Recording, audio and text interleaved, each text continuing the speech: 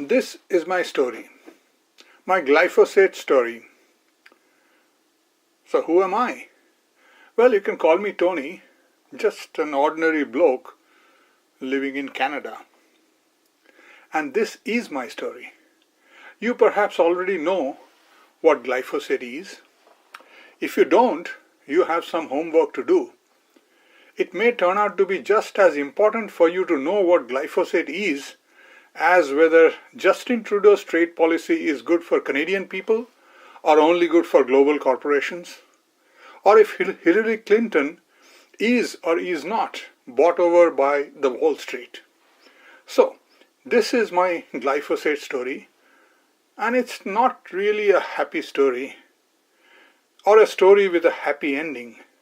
It does not yet have an ending, since this is a story in progress, but it has not been a very happy one so far.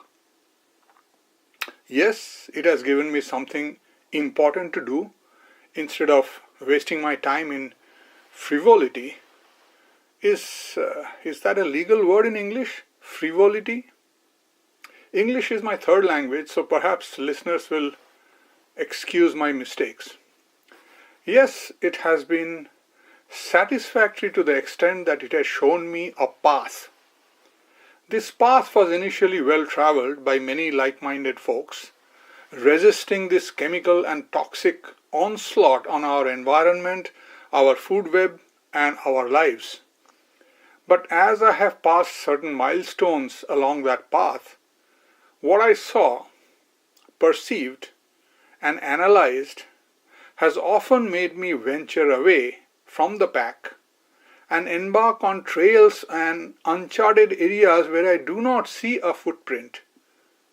It has often pushed me into wilderness to stumble upon signs, objects, and panorama that has made me think, introspect, and often curious, alarmed, saddened, or elated. So that is my glyphosate story in a nutshell, but this presentation includes more than a nutshell. So we shall move on to the next slide, but first I need to boil an egg for my breakfast, so excuse me. Okay, now what have I done? Or again, briefly, I have spoken in, for instance, March Against Monsanto in Vancouver, downtown. I have toured the country with good people to speak to the public. I have joined various anti-GMO groups, so to speak, quote unquote. I have interviewed my share of scientists and notables around the world. I have met my share of politicians. I have contacted almost all certified labs in Canada and USA that are involved in testing of glyphosate to find out, how much they charge, how do they test, what method they use, blah blah blah. I've created videos, I've written blogs, I've written to Health Canada.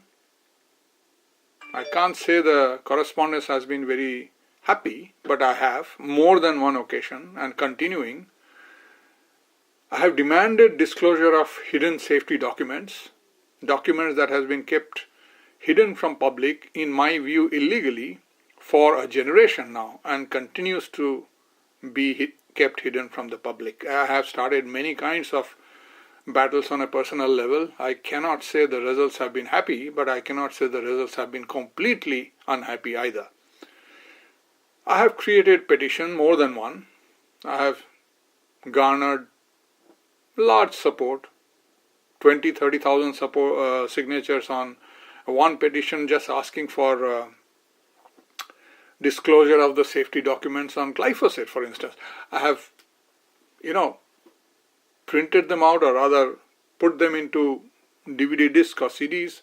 I have handed over all the documents to local MPs to take to Ottawa and demand that the health minister responds to these urgent and important questions.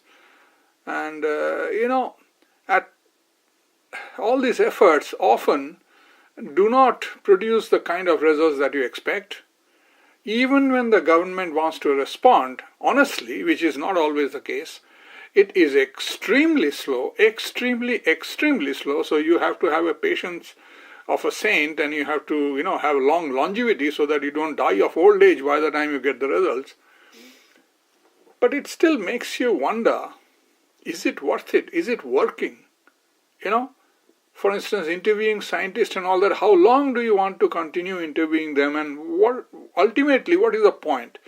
Yes, you are raising awareness of the subject. Yes, some people are getting aware, but then what? Are they doing something about it, or just adding noise to the din? You are making all these videos and blogs, you are writing to Health Canada, you are demanding all this. So is it working, or is there something else that I should do? One thing is for sure, that the boiled egg tastes very good for breakfast. So hang on.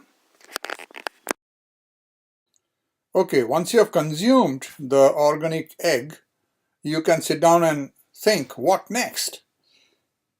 I have contemplated citizen action. Citizen action as against hanging out with notables and, famous speakers against GMO and all that, or some cult leader and guru, and throw a few prima donnas into the mix. Instead of hanging out with them and, showing off, oh, I was standing next to it, look at this selfie, and, taking pictures of all these notables going on stage and saying yada, yada, yada. Instead of that, I have tried to get ordinary people who are not known around the world at all. They are probably not known outside of their own community, to get them to directly approach their government to try to show that they are unhappy with the goings on, and try to let the government feel the public pressure, not through me or not through a guru, but directly. Another way of saying it is that instead of me presenting an MP with 24,000 signatures on an issue, I would now rather prefer 24,000 people pushing this government and letting them know that they are unhappy and they're raving mad at what's going on.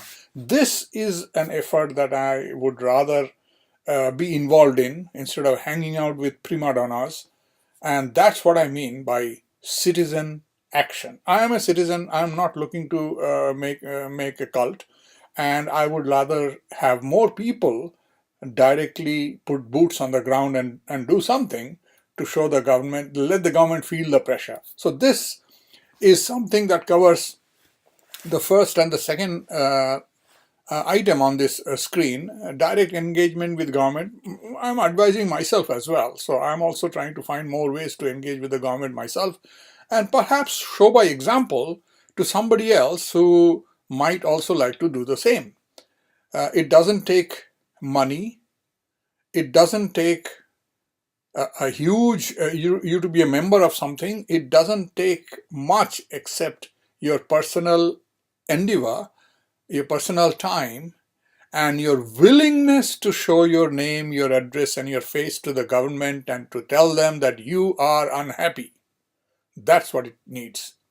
So, item number 3, I decided to stop wasting time on token efforts or tokenisms.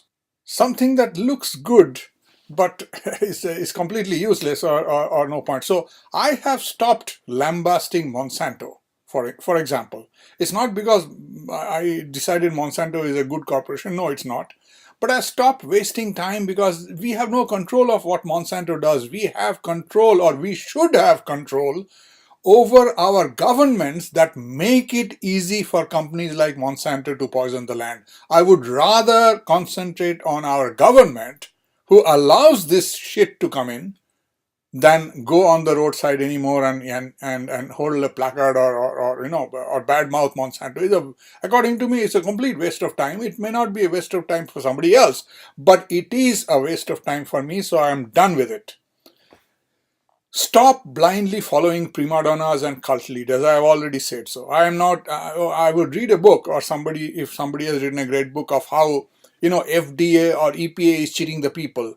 But I'm not going to, go overboard with it. I know FDA and EPA is cheating the people. I don't need to read another book with 5,000 examples. It doesn't make a difference, because with all those examples, still FDA and EPA will continue to cheat the people. So unless people want to do something, and that has to be more than just buy a goddamn book, we have to find out what we need to do. And as far as I'm concerned, I'm not living in USA.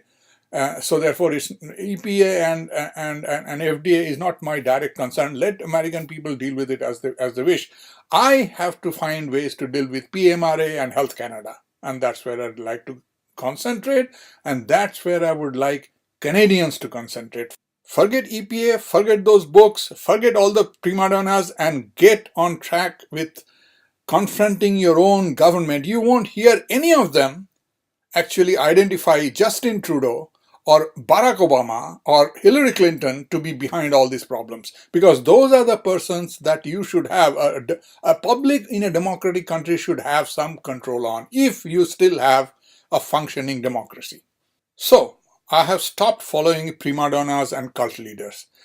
Think what you can do yourself. This is also an advice to me. I would rather try to find something I can do myself, rather than sign and be a member of some bloody group and then donate money and hope to them and hope that my money will be used in a meaningful way to fight my battle and hopefully win it. I have stopped believing in these groups. I have stopped it, because if these groups could do anything, then by now, 30 years down the line, they should have been able to do something. I'm not willing to wait another 100 years. I won't be living another 100 years. And I don't think the world can survive another 100 years of this. So anyway, I'm done with it. And there's another reason I don't like donating money to this kind of groups who claim that they will fight your battle. And there's a reason. Money is not going to win this election, this issue, in my view. Why? Because if money was the main criteria, then the opponents, the corporations and the lobbyists, have far more money than all our wealth put together. All you have to do is read some information, look up some information, and you will know. So therefore, if money was the criteria, we have already lost the battle. So according to me, we have to find elements, we have to find advantages, we have to find roadmaps, we have to find protocols and policies that can bypass the effect of money. If we cannot do it, we are doomed. So we have to find a way to bypass, and according to me, the only thing that trumps money is voters by the numbers. In a democracy, a million people with zero money should have essentially more power than one man with $500 million in his pocket to lose change. But how to make that work? It's $1 million question, but I intend to try at low level, grassroots level, citizen action level for myself. I'm done with all these groups, and I'm done with all these prima donnas and cult leaders. So this brings to the next question. Donating to other groups is not necessarily the best course. I already explained why. Think engaging with municipal governments. Why? Because as far as governments are concerned, the municipal government is the smallest, the closest to you, and perhaps most influenceable by you. You probably have better chance of making a difference there locally than with Ottawa or with your provincial government. As far as I can see some reasons to believe that. I mean, municipalities in British Columbia has gone some length to fight off GMOs and pesticides in the residential areas and all that. There are some records of that. Municipality of Hudson on the outskirts of Montreal had banned in the 1990s all application of herbicides on grass lawns and survived a court battle, even if the federal government have approved that practice. So these are the examples by which I think that starting with the municipal level for everybody at their own municipal level is a better way to try to turn this tide. At least I am willing to, that's the roadmap I have found most interesting for myself. That is how I have ventured away from the often traded highway where everybody is, going in a group and screaming bloody murder at Monsanto or screaming at the government to start labeling this and start labeling that and let this state do that and let that province do that and yaka yaka. I don't find these kind of efforts useful at all, because you know, in order to label GMOs, you have to have the government to change the law or pass a new law, and government, you can see, is not interested. But you don't have to label it. You can test for glyphosate yourself right now without asking anybody's permission. It is possible theoretically without breaking any law or asking for new laws to be passed for municipalities to start testing. And labeling will only identify GMOs, but it will not identify non-GM food, which is also poisoning you through glyphosate because it is used on non-GM. So one can try to get their municipality to start testing their food for glyphosate. And if I have to deal with the government, I would rather ask them to follow the law as it exists now and disclose the hidden safety documents that they're keeping from public eye rather than asking them to make new law. This is what the kind of things that I would like to get involved in, instead of what is essentially making a lot of noise that is not the smartest thing to do, or it's not likely to bring any useful result either. And finally, now my idea is not to have an audio of 10 minutes running across on one slide of a presentation. I have to, of course, shrink it down to 1 or 2 minutes a slide and make many more. This is just a partial experiment and a bit of venting, you can say. And besides, once you had a boiled egg with some salt, what you need is a cup of coffee. So, excuse me again.